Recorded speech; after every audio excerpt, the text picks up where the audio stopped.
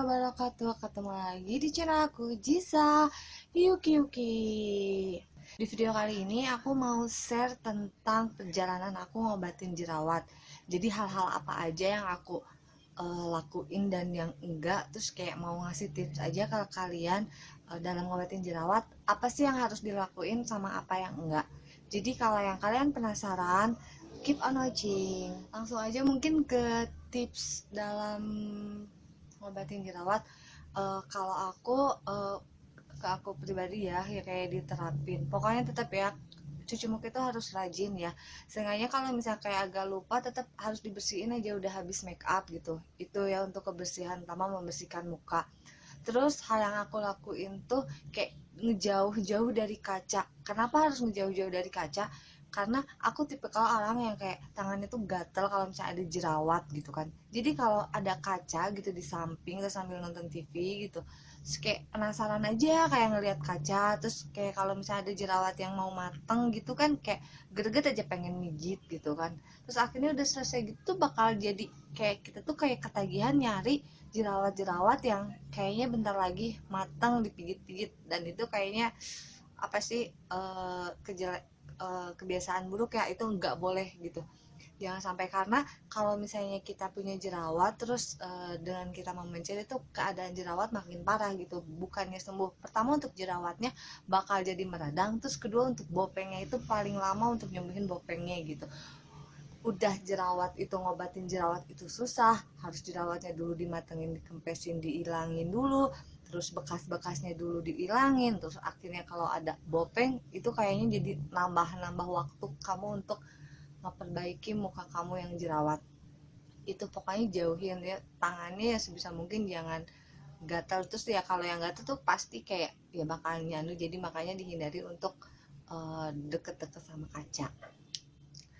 Next ke apa ya, untuk kayak skincare gitu. Untuk aku sih mau ngasih tipsnya gini loh, bukan berarti kalau aku sendiri ya, aku bukan orang yang sering gonta-ganti produk untuk sekarang ya. Kalau dulu iya, karena aku juga kayak ngalamin gitu, kayak orang pakai ini, aku nyoba, orang pakai ini, terus kayak gitu. Bukan berarti untuk gonta-ganti sebuah produk itu nggak boleh gitu, karena kan kita nggak pernah tahu kecocokan satu produk si A sama B itu gitu kan. Mungkin A nggak cocok ya, mungkin kita cocoknya B, tapi kalau nggak nyoba kita nggak akan pernah tahu. Untuk mengganti sebuah produk dari A ke B itu wajar aja, sah-sah aja. Cuman aku ngesiasatinya dengan untuk pergantian antara produk A ke produk B, aku ngasih jangka gitu. Kalau sebelumnya ketika aku pakai produk A terus aku ngerasa nggak cocok gitu, terus aku langsung pakai yang B, yang langsung aja gitu, dan akhirnya malah ke muka akunya jadi jerawat tuh bukannya malah sembuh, malah jadi kayak kayak ada, mungkin kayak ada reaksi antara si reaksi bahan dari si produk A sama produk B gitu kan.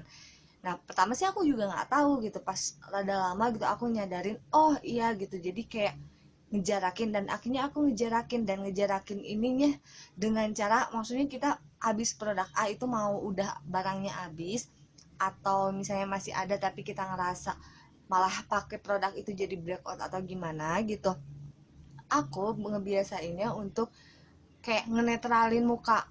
Jadi ngenetralin mukanya dalam seminggu atau 2 minggu nggak cuci muka, maksudnya nggak cuci muka pakai sabun.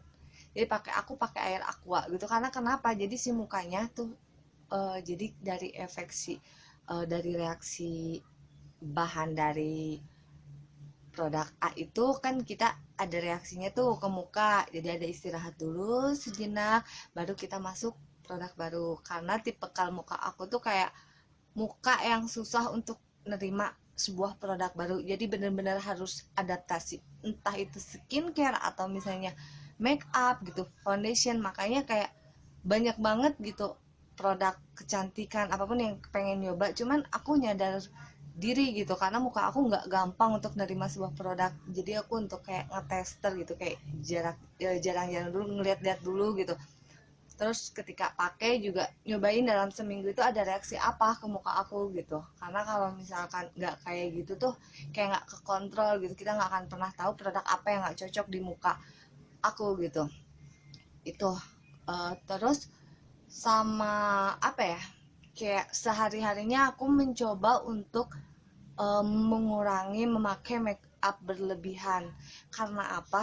Kita muka berjerawat gitu kan, terus kayak harus ditutupin concealer atau misalnya foundation yang agak berat untuk setiap hari ya gitu. Kita juga pasti butuh lah untuk pergi misal ke undangan, nggak mungkin misalkan pakai BB cream, sebenarnya mungkin aja gitu tapi kayaknya nggak ketutup. Oke, kita mungkin bisa pakai foundation gitu, tapi kalau untuk sehari-hari sih aku diusahain nggak banyak make up, aku cuman pakai BB cream sama bedak tabur. Kenapa? Karena muka yang berjerawat tuh kayak butuh istirahat, kayak butuh nyembuhin loh gitu. Sekarang kan kayak kosmetik tuh bedak tuh kalau kita nggak rajin cuci muka itu karena malah jadi menyumbat pori kan gitu, malah jadi komedo, jadi jerawat gitu.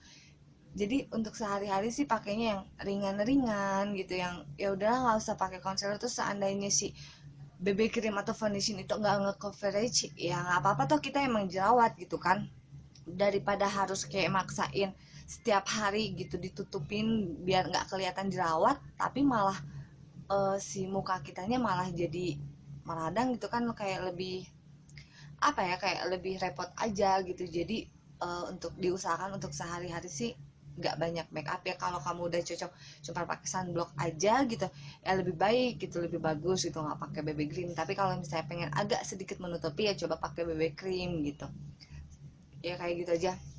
Udah sih kayak cuman kayak segitu aja sih yang bisa aku kasih tahu gitu, baru segitu. Terus oh iya, sama obat, apa obat atau suplemen penting nggak sih untuk ngobatin jerawat? Menurut aku ya penting, tapi tergantung juga ya masalah jerawatnya. Tapi berdasarkan apa yang aku alamin, dengan adanya suplemen itu sangat membantu.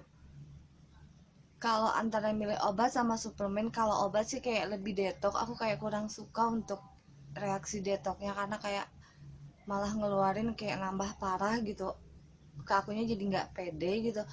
Jadi aku coba suplemen dan aku pernah nyobain suplemen dari Nature Plus dan itu cocok gitu, ngebuat ke akunya tuh kayak mau, kalau mau head itu tuh biasanya kan dirawatnya langsung kayak datang keroyokan, nah ini bisa kayak menghambat datang jerawat itu gitu, terus ke badannya juga jadi sehat.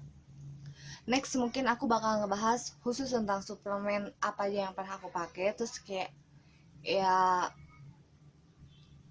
pentingnya atau apanya gitu. Jadi nanti mungkin di next video ya. Ya udah, jadi kayaknya segitu aja video kali ini untuk tips sama hal-hal yang harus diperhatikan dalam ngobatin jerawat. Semoga bermanfaat. Terus buat teman-teman yang sama punya masalah sama aku jerawat, jangan menyerah.